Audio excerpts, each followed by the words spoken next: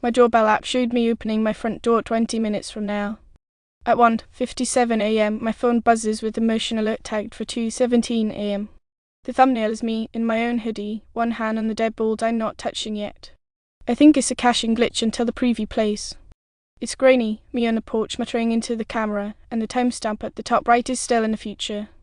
I scrub forward and it stops at the chain sliding free. My face looks like I'm listening to something on the other side with the kind of trust you give a familiar voice. The audio is whisper quiet, but the app's auto-captioning guesses anyway. It types my name twice, then says don't, even though my lips don't move. I pause on my hand and zoom. There's a raw scrape across my knuckles and a sharp eyeline on my wrist I don't have now. I sit up in bed and check my actual hand in the dark. I'm clean, uncut, until I'm not sure which version is lying. I lock the deadbolt again because this suddenly feels so menial. I tell myself I won't open the door at any time, let alone 2:17. When I hit delete, the clip disappears, then reappears as upcoming 2:23 a.m. Now the me in the preview hesitates a little longer before reaching for the chain. It's adjusting to me refusing, like a GPS recalculating a route I don't want to take. The new thumbnail shows my mouth forming please. Something taps the front door once, soft and patient. Live view shows my empty porch, but my chest knows there's breath on the other side.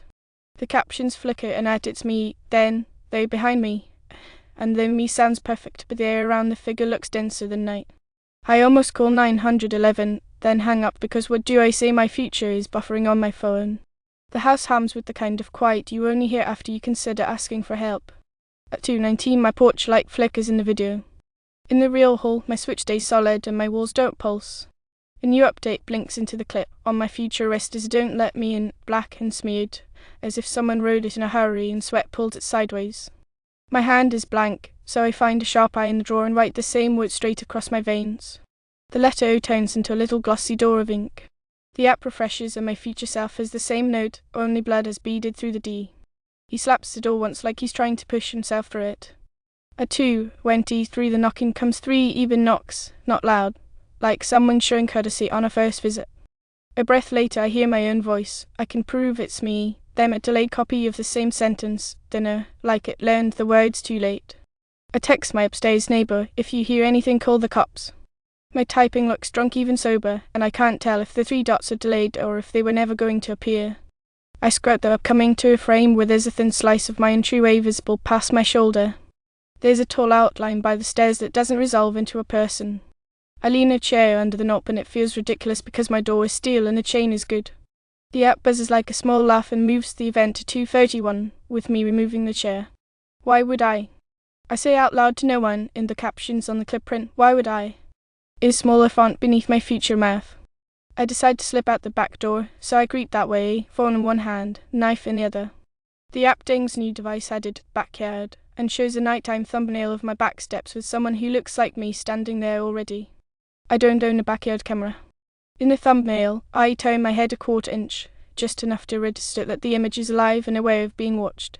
The furnace kicks and the house's bones stick, but then the humming deepens past appliances into something I feel in my wrists. The app generates another preview called post at 2:37 a.m. with my living room lamp lighting my face from my laptop. I'm not at my laptop, I'm in the hall, held by a kind of stage fright. The future shows my fingers moving anyway, like the keys want my nails. The open, my voice is from the door with a tiny question inside it. The captions put my name after it as a comma, and the line breaks underneath like it's quoting scripture. I put the phone down to breathe, and when I pick it back up, the app has cued a new camera I don't own called Hallway. The single frame is my hallway from above, my phone a square of light, and something crouched upside down near the ceiling like a spider that learned a prayer. I'm shaking, so I do the dumbest thing, I start typing this. The post at 2:37 a.m. clip rolls ahead of me, filling in the sentences a heartbeat faster than I can think them. I type a nonsense word to test it mild, and before I finish the L, the app prints it on the preview. It knows the noise I'm about to make before I do. The upcoming tag drops off and becomes live before the time catches up. My mouth in the screen says, I'll just look, and the chain lifts like a yielding zip, slow to keep quiet. I'm not at the door, but I hear my own lips rehearse those words in my head, like a song lyric I've always known. The thin delayed version murmurs them a half-second behind, as if teaching me. There might be sirens a few blocks over, or I'm imagining them out of hunger for authority. The porch camera blacks out like a palm covers it from inside, as if whatever's about to come in doesn't want to be filmed learning the layout. Hoyt wakes. and it's the same view from the ceiling, lit by my phone, which I haven't lifted yet. The crouch shadow adjusts in a way that squeezes the air warmer, like it's pleased I finally believe in it. The preview of this post shows a line I haven't touched, the way the chain will fall and how something that sounds like my mother will say my name through its teeth. I haven't heard it yet, but the letter's already there.